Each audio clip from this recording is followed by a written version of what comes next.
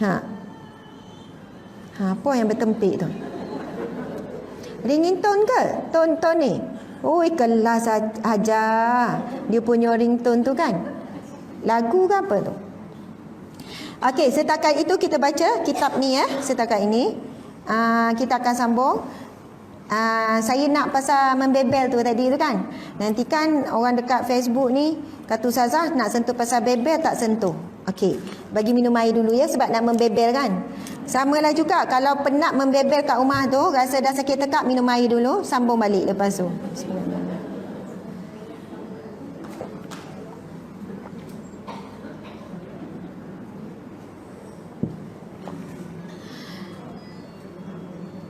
Okey, baiklah.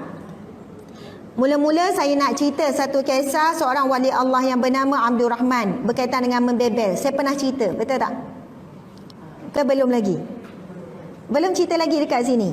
Okey, kalau siapa dah dengar buat-buat macam tak dengar ya, macam muka excited je. Okey. Kisah ni saya dengar daripada Al-Fadil Ustaz Iqbal. Dan dia juga antara anak murid Habib Zainal, Habib Ali kan. Saya dengar kisah ni, kemudian saya rasa sangat bersyukur bila saya dapat ilmu kisah seorang wali Allah ini memberi jawapan kepada para suami yang banyak meluah rasa tentang tak tahan tentang isteri membebel. Okey. Jadi cerita ni pastikan sampai pada suami masing-masing, okey? Kisah Abdul Rahman, seorang, dia tak tahu dia wali Allah, dia tak tahu. Namanya Abdul Rahman. Dia diuji dengan isteri yang kuat membebel dan banyak membebel lah. Sampai satu ketika dia dah tak boleh menahan lagi untuk mendengar pembebelan isteri dia. Sebab isteri dia punya bebel tu dah semakin perit. Dah semakin, nak kata apa, dah tahap tu, tahap maksimum dah dia sabar.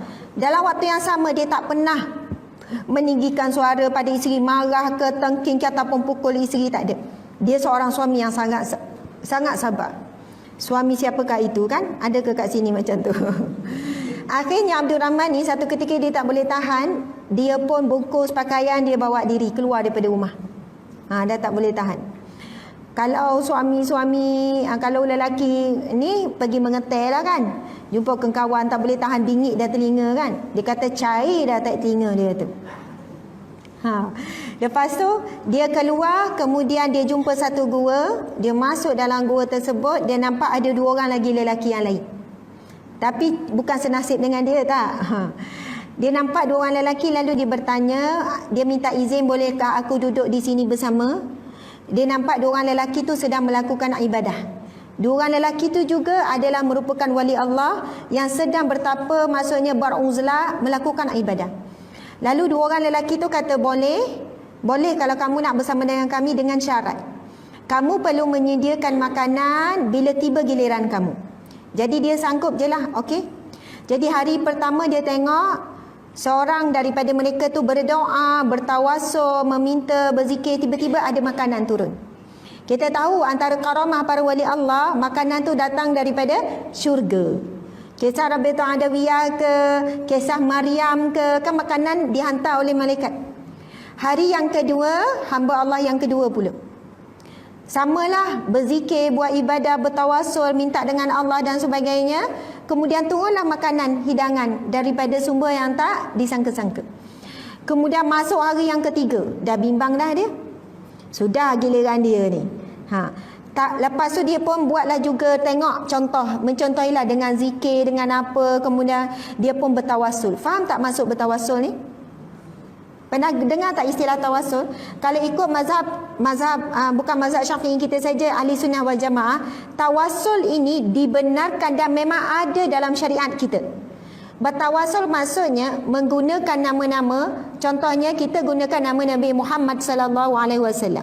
Ataupun menggunakan nama-nama orang alim, orang-orang yang saleh untuk kita meminta hajat dengan Allah Subhanahu wa taala. Contoh kalau dalam sejarah Nabi Adam bertawasul menggunakan nama Nabi Muhammad sallallahu alaihi wasallam. Kalau kita tahu kisah Nabi Adam bila diturunkan ke bumi, Nabi Adam kan zikir dengan zikir apa? La ilaha illa anta subhanaka inni kuntu minaz zalimin. Zikir tetap tidak dapat lagi jawapan daripada Allah, diampunkan belum dosanya ni. Kemudian akhirnya Nabi Adam berdoa dengan Allah, ya Allah, demi kemuliaan Muhammad, ampunilah aku ya Allah. Ulang-ulang, demi kemuliaan Muhammad. Akhirnya Allah tanya, wahai Adam, bagaimana kamu tahu tentang Muhammad sedangkan aku belum ciptakan Muhammad? Kamu manusia yang pertama kan, dan Muhammad itu Nabi yang terakhir, kamu Nabi yang pertama. Kemudian Nabi Adam menjawab, kerana aku melihat di singgasanamu, di arasmu, tertulis kalimah la ilaha illallah Muhammadun Rasulullah. Samalah juga kita kan kalau doa adabnya kena guna mula-mula puji Allah, alhamdulillah bil alamin, wassalatu wassalamu ala asyrafil anbiya'i wal mursalin. Maksudnya selawat dan salam. Itu cara kita berdoa tawassul lah tu. Kita nak minta sesuatu dengan Allah, kita sebut nama Nabi Muhammad sallallahu alaihi wasallam. Dan sebahagian kaedah para wali Allah, para alim, orang soleh, dia guna nama-nama orang yang soleh yang dia tahu. Ya Allah, demi kebaikan si fulan ya Allah. Ya Allah, demi kebaikan Tok Guru ni, Syekh ni, Habib ni, ya Allah, tunaikanlah hajatku ni ya Allah. Menumpang kebaikan orang yang soleh. Kalau kita baca dalam kitab Riyadhus Shalihin, ada kisah yang bertawasul bukan dengan manusia, bukan bertawasul dengan makhluk. Dia bertawasul dengan kebaikan dia sendiri. Ada kisah yang 3 pemuda yang terperangkap dalam gua, lepas tu batu tutup besar. Cerita ini daripada hadis Nabi yang sahih dalam kitab Riyadhus Shalihin. Rasul bercerita suatu ketika dahulu, Rasul kata ada 3 orang pemuda tersekat. Orang pertama bertawasul dengan amal soleh dia, panjang ni, yang ni kita to be continue ya. Orang yang kedua pun bertawasul dengan amal soleh dia. Orang ketiga, akhirnya batu tu mula gerak sikit, akhirnya bolehlah keluar 3 orang tu. Sebab batu tu ditolak, batu besar menutup pintu gua. Nak kata itu adalah tawasul. Kita ada ke amalan yang kita rasa boleh bangga dengan Allah? Ya Allah, kalaulah aku masak hari-hari tu kau boleh terima. Contohlah kan. Ya Allah, pada suatu hari, sebab cerita tawasul tu dengan ibadah tu bukan main-main dia punya ibadah. Dia tawasul dengan kebaikan tu bukan main-main. Yang contoh kisah yang pertama, dia berbakti pada ibu bapa sangat dahsyat. Sampai dia tak akan makan minum, dia boleh bagi anak-anak dia kelaparan walaupun anak minta susu, selagi mana dia tak bagi makan pada ibu bapa. Satu hari ibu bapa dia tertidur. Jadi dia tunggu tu dengan anak isteri dia dan dia kelaparan sampai ibu bapa bangun pagi esok. Bagi makan barulah dia makan. Maksudnya amalan dia buat tu luar biasa sangat. InsyaAllah cerita tu topik continue ya minggu depan. Iklan ya. Okey, jadi cerita Abdul Rahman tadi tu. Lepas tu pasal tawasul tu, dia pun doa. Tiba-tiba turunlah juga makanan. Masya Allah, dia pun terkejut. Turun, dan makanan yang dia turun tu, bahagian dia tu, lebih sedap daripada makanan 2 orang yang sebelum tu. Lebih sedap, lebih lazat. Jadi 2 orang tu bertanya, wahai hamba Allah, siapakah kamu? Kenapa makanan kamu lebih lazat daripada makanan kami? Apa amalan kamu? Siapakah kamu? Dia pun terpinga-pinga juga. Dia tak tahu dia wali Allah, dia tak tahu. Lalu 2 orang ni bertanya, kamu tadi bertawasul dengan siapa? Nama siapa yang kamu sebut?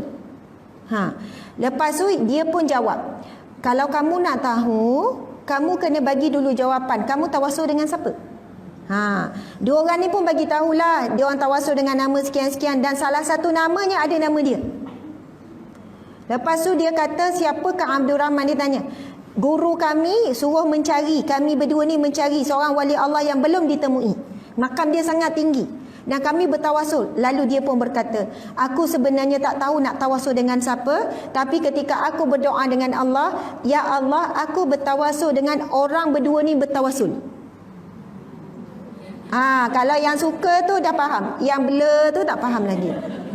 Sebab dia tak bergaul, dia tak pergi, dia tak ada guru, dia tak ada apa. Dia cuma dia tak tahu dia nak tawasul dengan siapa, nak guna nama siapa, nak minta dengan Allah ni.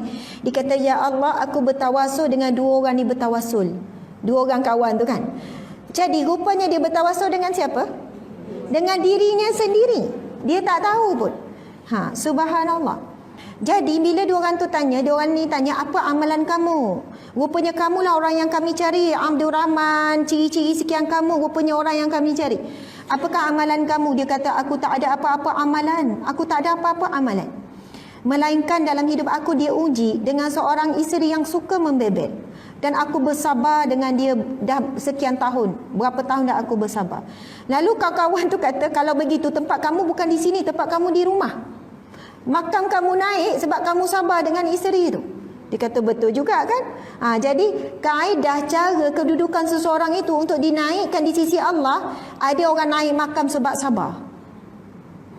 Sebab itu orang yang diuji dengan suami atau diuji dengan isteri, apa pun bentuk ujian, anggap itu adalah Allah nak naikkan darjat kedudukan kita. Rupanya 30 tahun suami tak berubah, 30 tahun kita sedang menghimpun pahala sabar. Tak tahu makam tu macam mana, tak tahu, wallahu a'lam. Jadi nak sebutnya, Abdul Rahman ni pun balik waktu malam, kemudian dia bagi salam, isteri jawab tapi si tak buka pintu. Tidur dekat luar, tapi ketika tu dia tak ada nak marah dah, tak ada rasa makam naik. Macam tu lah ibaratnya. Kan? Sebab dah tahu ni, tak apa, terima je lah. Lepas tu awal pagi, isteri buka pintu, isteri pun cakap, isteri dia pun kata, wahai suamiku, sekarang kamu sudah tahu bahawasanya kamu adalah salah seorang daripada wali Allah. Persoalannya, macam mana isteri ni tahu?